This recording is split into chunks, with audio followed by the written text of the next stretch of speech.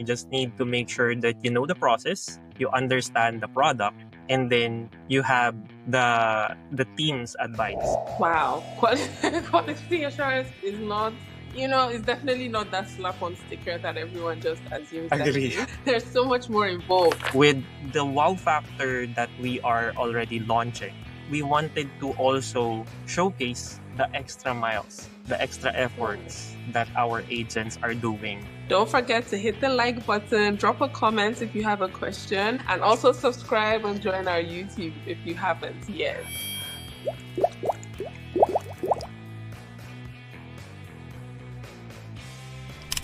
Hi everyone, welcome to another episode of the LTV Plus podcast. So let's talk about CX.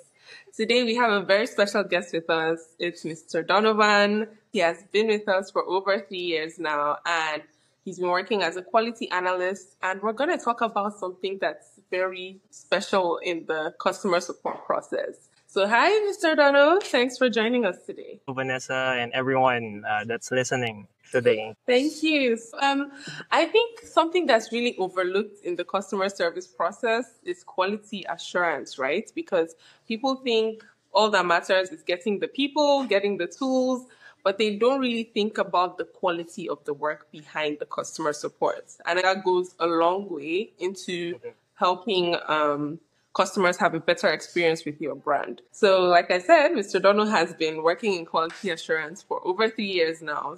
He's one of our senior QAs here at LTV Plus, so he's in the best position to tell us about quality assurance today. So the first thing I have to ask Mr. Dono is, what would you say is quality assurance in the customer support process, right? Because sometimes just hearing it can seem very vague and you don't really know like what it means. So could you just walk us through what that looks like? Yeah, sure.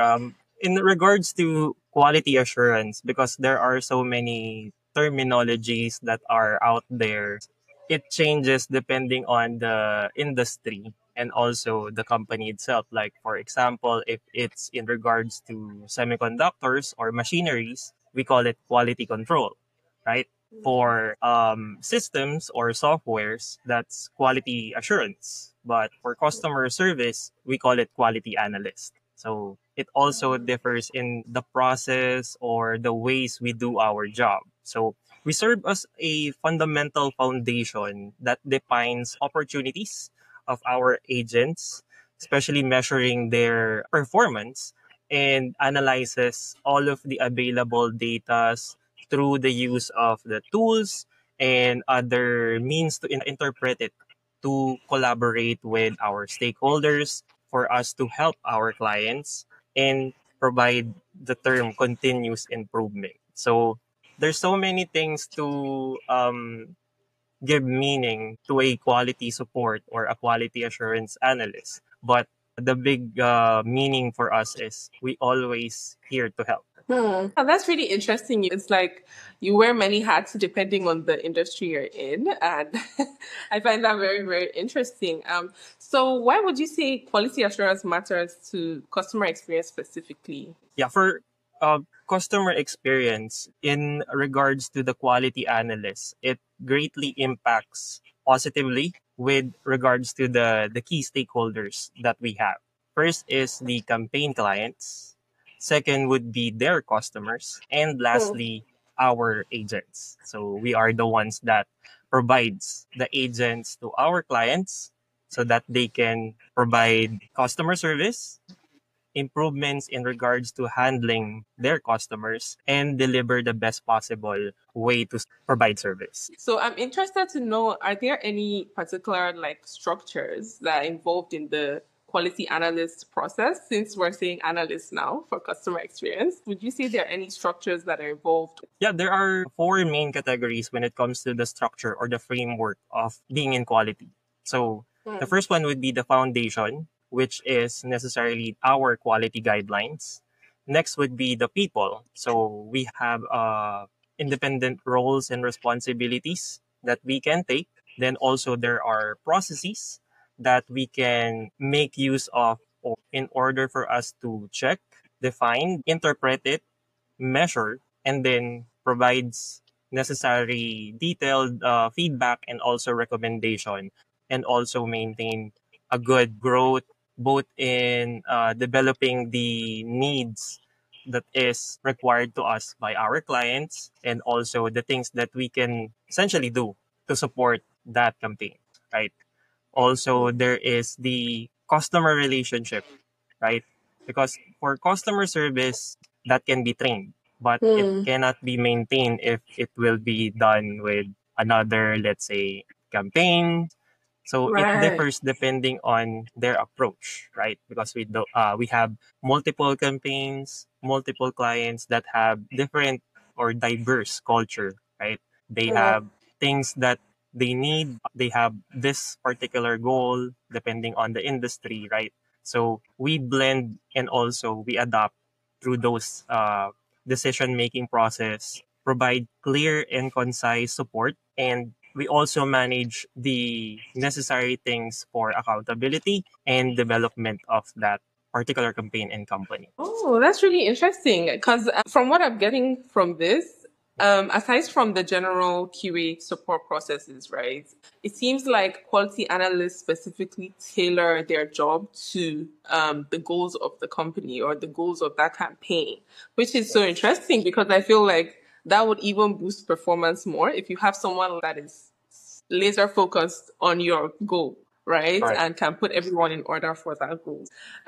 So the next question I have is, how do you go about setting up this QA team? Right? For people who have no idea or have no one on ground, for example, to start the QA process, would you recommend in-house outsourcing? Just how would you go about setting up that team? I think for the mere fact that the outsourcing is now available throughout the different industries, it's already moving on to a outsource QA rather than an in-house QA because there are limitations and boundaries, right? But for an outsource QA, you can get as much needed help. Like even if our company is in the US, we can support here in the Philippines, even in Kenya, in South Africa, right? We are Hmm. working as one. We're Right. diverse. We have different cultures that we can utilize to provide the advantages such as cost effectiveness, cost efficiency, tool proficiency when it comes to the necessary knowledge, right? There's also the flexibility when it comes to the technical skills and process understanding because you can showcase like I've supported other companies, but it's only restricted into your country. But here in LTV Plus, we can be diverse because there are some campaigns or clients that are residing in, let's say, Singapore. There are also campaigns that are residing in the Middle East, right? They can ask for support not only in the English part, but also bilingual parts. So that can Yeah. greatly give us advantage as an outsource, not only for QA, but also as an outsourced company. So faster adaptability is also there, not having any unbiased perspective when it comes to the product and the process. And lastly, the most or the best thing that I can offer would be the collaboration, right? Hmm. Everyone can be good in terms of participation, even if you are in Kenya, in South Miles away. Africa, yeah, right, even here in the Philippines, while your main company is in the US. Right, that's so cool. And I think what's just important is looking for a BPO partner that understands that Right. and tries to align all their, employees towards that goal as well. But I think some of the common concerns for people, right, who are looking to outsource QA or honestly any other job role is probably how will these outsourced agents align with my in-house agents? How are we going to ease that communication gap? Will they understand my brand values, my brand voice, and all those other concerns? So, how can we ease that stress? Yeah, during the start of the hiring process, it's always good to let the people know that we have this culture. We also have the latest core values that we have, that lead by love, not fear, customer success, and lastly, own it. So we're showcasing those core values in a sense that we're here to help, not just here to hire you on a job that you're aiming to do so. But once we get your information or your capabilities, we will help you grow. That's Yeah. the thing that I love when it comes to the ease in the hiring and also the training process. It's like everyone is there to provide all of the necessary things, especially our higher ups. They provide the things that greatly gives us the necessary information, not to get culture shock, not to get sidetracked on some of our goals. So the best approach for us to ease the hiring and the training process would be to give the employees, agents, QAs, or any other positions a way to adapt, Mm. then give time during the onboarding process to showcase everyone's task. And then again, the collaboration is always there. Yeah. Hiring and onboarding is key. Mhm. That's what I'm getting is very key in the process. And I feel like even to clients too, right? The outsourced Right. clients, onboarding in their campaigns, walking them through their own brand values and the things that matter to their business would also help as well. That's why literally my favorite core value is our lead by love, not fear, because I think that really helps a lot, eases the process, It doesn't make you feel as overwhelmed because people are there to answer your questions, they're there to walk you through it, and you just don't feel as alone in the process, right? That's right. And now that we're touching on hiring as well, what would you say are some of the key qualities to look out for when you're hiring a quality analyst or a quality assurance expert? Yeah, I think the best factor when it comes to the quality analysts, communication wise, they need to adopt on the diverse approach when it comes to effective communication. So, effective communication doesn't just mean to be professional, but rather Yeah. you adapt depending on the needed communication. We Yeah. have campaigns that showcase or they sell toys. So it's not good to always be professional, or we would sound like robotic, or we're just like Yeah. Super doing it serious. Mm. just for work. But that's one thing. There's also the effectiveness when it comes to information exchange, right? We need to gauge the communication in the perspective of either the customer and also our clients, right? Like, for example, if we have customers that just wants to have information in regards to their salaries, right? We need to express that some of the things are not available due to policies, something like that, right? Hmm. So it depends on those kinds of situation. There's also the extensive experience to utilize. So some of our employees would have, let's say, background when it comes to law. And sometimes we have agents or employees that has backgrounds when it comes to health related support. So that can greatly be a factor when it comes to the quality side. So providing insights on those best practices, on those ways to communicate, that can greatly help in saying that I'm the QA. Right. And I'm happy you touched on the experience thing, right? Because you've been doing this for years. And I'm just curious to know how your experience has, affected your growth so far. Because let me just use computer science, for example, right? So that's like an ever learning job. Like you Correct. always have to improve, learn the new coding language, learn the new Yes, there are programming always language. constant updates. Yes, and constantly improve. Would you say the same thing is for QA? Yeah, for that one, in terms of the continuous improvement, it's not only with the quality side, but it's mostly on the risk mitigation, risk management, and prevention. So we can see, like in the best example that you have for computer science and also information technology, there are many, like, we don't use the term hackers anymore, but they grow. In quality, that also happens. A continuous improvement and continuous growth when it comes to risk assessment, risk mitigation, and then risk prevention. So we always try to make sure to get in touch with the root cause analysis, failure assessments, and then implementation of improvements and also corrective actions that can greatly help in the future. So that can also be a way for us to say that we are constantly growing, right? Proactively, not reactively. So we are prepared. Now obviously you've grown, you're a senior QA and all of that. So I do believe you do probably a lot of coaching work for the younger QAs in your team and even in the hiring process as well, right? So how would you say, being a quality analyst helps in terms of coaching, whether it's the support agents, whether it's upcoming QAs as well? Yeah, I think for coaching part, I usually do it in a sense that what will happen if I will be the one that will be coach.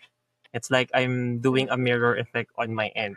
I will be coaching this person, but before I coach this, I will coach myself. If I will be that person, what are my key takeaways? What are the lowlights that I can see directly? And then what are the necessary action plans? The main thing to do there before the coaching is to pause. Because if you're overwhelmed with thinking ahead, sometimes you will be putting the detail directly to that person rather than them showcasing what they've experienced, like their own highlights, their lowlights or challenges, and then lastly, their action plans. So the best thing is to pause, like 1 to 2 minutes, try to be calm, relax, and then be the one that asks questions first so that they can openly provide all of the details. And then that's the time that you can offer your suggestions or your insights. Like, I know you've said that you have challenges when it comes to supporting this campaign. How about we approach it on this kind of scenario? So that's one thing. For newly hired QAs. What I always do is to provide constant onboarding process. New hires, they tend to get overwhelmed. Like, oh, Hmm. there's so many documents that I need So to much read. information. Correct. Yeah. There's so many campaigns that I need to support. What is the first thing that I need to do? So for me as a senior quality analyst, what I always love to do when it comes to the onboarding process is to guide them on what I do as a habit. So what are my daily do's and don'ts? What are my, like, we call it the life of a QA. And usually, or on my end as a senior, I usually advise them, this is what I do the first hour of my shift, and this is already a habit. If you have a habit that is helping you maintain the determination to work, then that can greatly help you if any case that there are common instances that will be needed. I really appreciate learning from experience Correct. because something I something I struggle with, for example, in my career, right? As a social media manager, you don't really have like I'm not like brought into a team of other social media managers. So it's kind of like you're left to just figure it out. Obviously you have your own senior manager who helps you along the way. But in the actual practicality of it, it's kind of like a solo squad. So it's really great that QA sounds like just a team, right? Of people who Correct. have experienced what you've experienced and can just help you along the way. That's really, really great. Something you touched on was the Q being concerned about how they might have multiple campaigns, right? Running at the same time. That's right. So one thing I want to ask is how do you maintain that quality, right, across multiple campaigns? I think that's something that might be also a hesitation for people looking to outsource because they might feel like, I mean, they have so many people that they're managing. How can they really manage our quality to that standard and do this across campaigns? Correct. And the great example that I sometimes offer when it comes to that kind of scenario, right? You can already showcase if you have experience as a customer support agent or specialist or even technical support agent. You have been handling multiple channels, right? You answer calls, answer emails, Yeah. answer SMS, and then also answer social media, and then other marketplaces. They also have their particular chat responses. So it's like that. So we're different channels. There are also different products with the Yeah. different campaigns. So it's almost the same when it comes to preparation. You just need to make sure that you know the process, you understand the product, and then you have the team's advice. So not only with Nice. quality, there are also the team leads that can offer the necessary tracking when it comes to the productivity, the necessary details when it comes to the collaboration on the coaching, and then the training team that gives us refreshers when there are products that are being updated, process that are being considered, and then the client's approach when it comes to the necessary changes. So this is with the help of our customer success managers. So it's like working hand in hand, but then we as a quality would check if we are still right on track. We are still we are still gearing towards the correct way to showcase that the goal of the campaign is still there. And what would you say are some metrics that you can use to track, right? And also, how can clients measure the benefits or the results of quality analysts themselves, aside from the customer service team? Yeah, for the quality analyst processes, we always do evaluations. So that is the most common ones. We check on the conversations coming in from the customer and then the agents. We also do validation on the surveys that they would encounter. So if there are conversations back and forth during or by the end of the day, they would receive surveys. They would receive indications from 1 to 3 or 1 to 5 star if the agent did a great job. So it's not just accepting it like a customer provided a 1 star. We need to validate and confirm if is it because of the agent, is it because of the process that was done or the policies, or is it because of the product, right? Or lastly, it's just the customer not having the best resolution that we can offer, right? There's also the necessary coordination with our stakeholders by doing monthly calibration. We do triad coaching, is what we call it. It's a collaboration with our team leaders, showcasing all of the necessary things that we've seen for either a week, 2 weeks, or a month with that particular agent so that we can gauge if there would be a trend, if we are seeing improvements, and lastly, if we are seeing commendations. So we also attend weekly and then bi-weekly syncs with our stakeholders through what we call campaign LTENs. And then finally, we provide monthly business reports so that we can give it to our higher ups and understand the performance of the campaign. So it's like we're checking the campaign's health all throughout the weeks, the months, and we have the 30, 60, 90 performance checking. So that's how we check the quality. Wow. Quality assurance is not, it's definitely not that slap on sticker that everyone just assumes that it Agree. is. There's so much more involved. And now that automation is everywhere, there are AI tools everywhere, right? I'm just curious to know, because these processes sound like a lot, are there any AI tools that maybe help the team or help the QA process? In terms of the AI for quality, we don't engage it yet, but rather we are trying to help the clients on Yeah. them handling AI. So, there are already clients that have a chatbot for chats. So it's the support of the quality that also checks those bots, those AI Right. responses, if they are still Right. right on track. So we're not gearing towards the AI part for quality, but rather we're helping those that are already using AI as a means to respond to their customers, respond to the process that are being done by AI. Because who would check those things, right? I know Yeah. some of the tools they have an audit but sometimes due to automation, it's still not 100% accurate. That's why we are the way to say that, yeah, it's running smoothly. There are cases that it's not running smoothly, so that we can offer our guidance and then provide some necessary changes, right?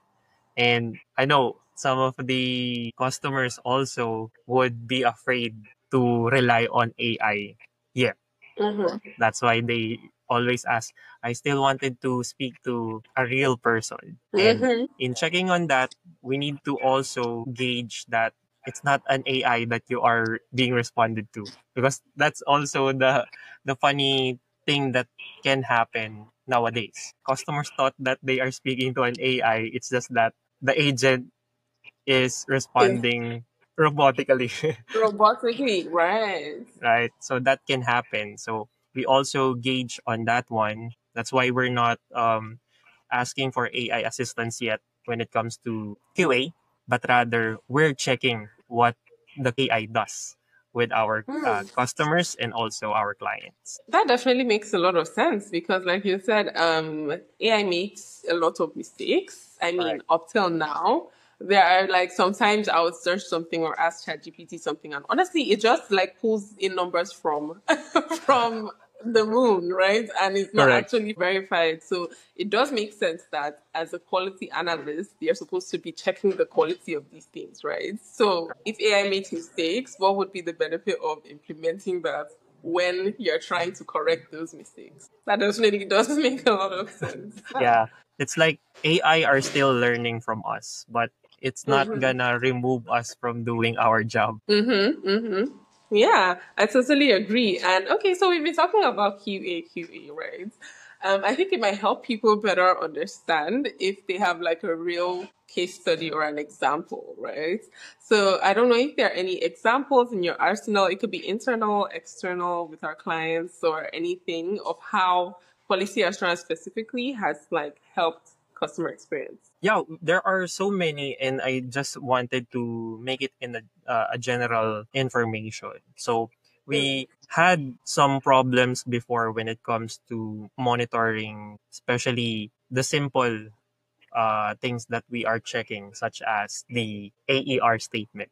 So AER statement meaning acknowledgement, empathy, and then reassuring statements, right? There are cases that during a call, the simple, I understand your concern and I can greatly help would be too general. Like agents would tend to give that, but then by the start of the customer stating their concerns, they're not entirely sure what it is. Yeah. So that acknowledgement itself and reassurance doesn't help. That's why I think in terms of both happier customers and happier agents would be showcasing what we call the wow factor. So this is quite new with quality. Before we call it commendations, but commendations are mainly with the responses coming in from the customer, like customers stating that this person is so good with his job, give him a raise, right? It's just one direct compliment up to another. But with the wow factor that we are already launching, we wanted to also showcase the extra miles, the extra efforts that our agents are doing in terms of customer support and also technical support. Like, for example, if a customer that is not tech savvy, right? That the customer is stating, I can't log into my account. And then if the customer is not tech savvy, and then an agent just simply mentioning, dude, this step one up to 10. Do you think they would understand those completely Right. Okay. without any visual, just listening to the agent and giving all of that, like, have you done step one? Have you done step two? Right? Yeah. But on the wow factor, we gauge how the agent relates to the situation of the customer, empathize the necessary details like, oh, that's quite a hassle for you to experience, but let me give you a best way possible for us to solve it. Like, if it's too technical, do you happen to have another means to see it? Like, do you have a laptop? Or while we're on the phone, can you open your computer, search this website, so that you can visually see the process. Or if there are any confusion on either step 3 or step 4, let me see what I can do, right? It's like you're doing the necessary things, but not just by stating it to the customer. Do Straight. this, right? Mm-hmm. An extra effort before it's not Mm-hmm. being checked by others when it comes to doing evaluation. Now we have that what we call wow factor, and it's added as their QA score. So this is usually pertaining to industries that are in e-commerce. And there's also another one that I'm already seeing when it comes to our agents, the multi-channel or seamless communication. So Mm. seamless communication is when they are speaking or communicating to the customer through calls, but then they can offer, how about I provide you an email so that we can give the solution not only through the phone, but also through email that can help Okay. you moving forward, right? So that's the seamless multi-channel approach. And something you mentioned that stuck out to me, you said QA score, right? Yes, So are scorecards something that are part of the QA process as well? And if they that's are, right. like, how do we determine the scores, right, for customer support agents? Like, what do you do to get, I don't know, maybe 1 star, 2 stars? I don't know how it works on Sure. that. For the quality, as I mentioned, we have the quality guidelines. So it consists of the quality parameters. And the good thing about the quality guidelines that we have now is it is in respect with the core values that we have. So we have the lead by love, not fear, the customer success, and the own it part. So the lead by love, not fear consists of professionalism and AER statement. The professionalism includes the opening and branding, so tone and demeanor, clarity and pronunciation if it's a call, and then accurate grammar if it's non-voice. Then lastly, offering further assistance and professional closing. So that's how we showcase professionalism. There's also Mm. the AER, as I mentioned, the acknowledgement, empathy, and reassurance. Now, for customer success, there's only one parameter, and that is solution focused thinking. In solution focused thinking, we check the way agents ask questions and give time to have active listening for voice or active listening for non-voice. So how they understand the reason that the customer contacts us, and then how they ask question to specify if it's not clear or lean on to get a best resolution or solution possible. And lastly, for Own It, we have problem identification and tools utilization.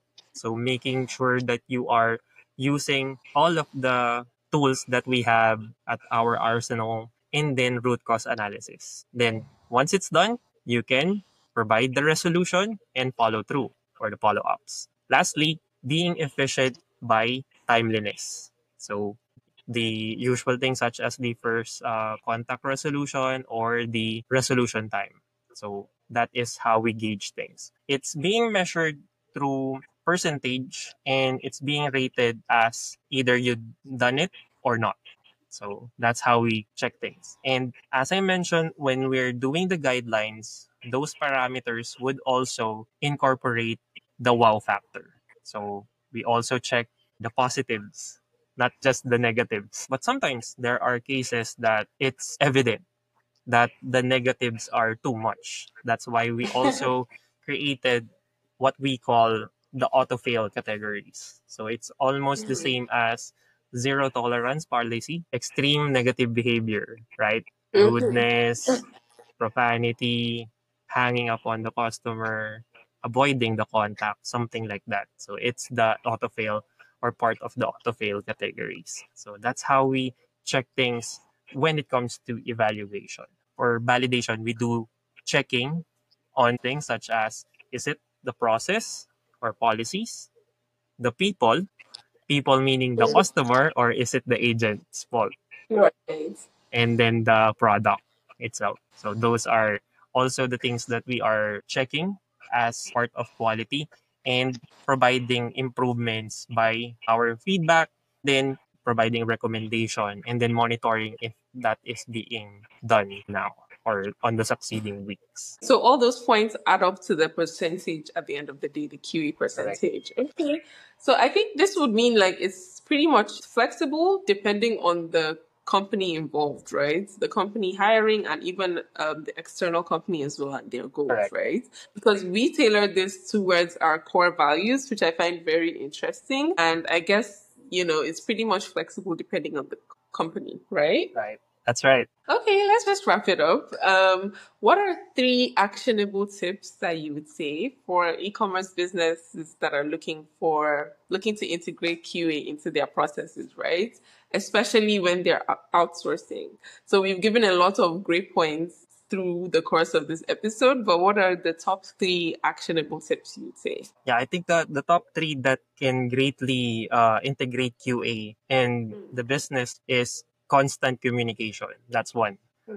Constant communication can greatly help because of the diverse part. Also, developing a connection with the agents. Sometimes there are quality analysts that always just checks on the data. They are too keen on what are being evident because it's the numbers. That's only the analyst part. But for quality analysts, we also have a heart, right? We take Oh. consideration. We offer, as I mentioned, the wow factor to showcase the extra efforts that they are doing. So that can greatly help developing a connection with the agents. And lastly, creating a habit that can always look for improvements, not just the mistakes or the markdowns that we're seeing, right? So those three can greatly help not only the campaigns that they are supporting, but also the stakeholders that they are doing collaboration with. And lastly, the company that they are staying. Right. Oh my God. Thank you so much. I don't know. This was such an insightful episode. I learned a lot that I didn't even know about the QA processes. And just for e-commerce brands that are out there and are still, struggling with, is QA important? Is QA not important? I think we've been able to convince That's them right. of the importance of quality analysts in their customer support experiences as well. Trust us, your customers will definitely thank you for it. Your support agents will thank you for it. And yeah, it's just going to overall improve your business, improve your growth. Thank you so much again, Mr. Donald, for joining us in this episode. And please, Okay. everyone, if you learned something new, don't forget to hit the like button, drop a comment if you have a question, and I'll make sure Mr. Donald answers it. And also Sure thing. subscribe and join our YouTube if you haven't yet. All right, thank you so much. Bye.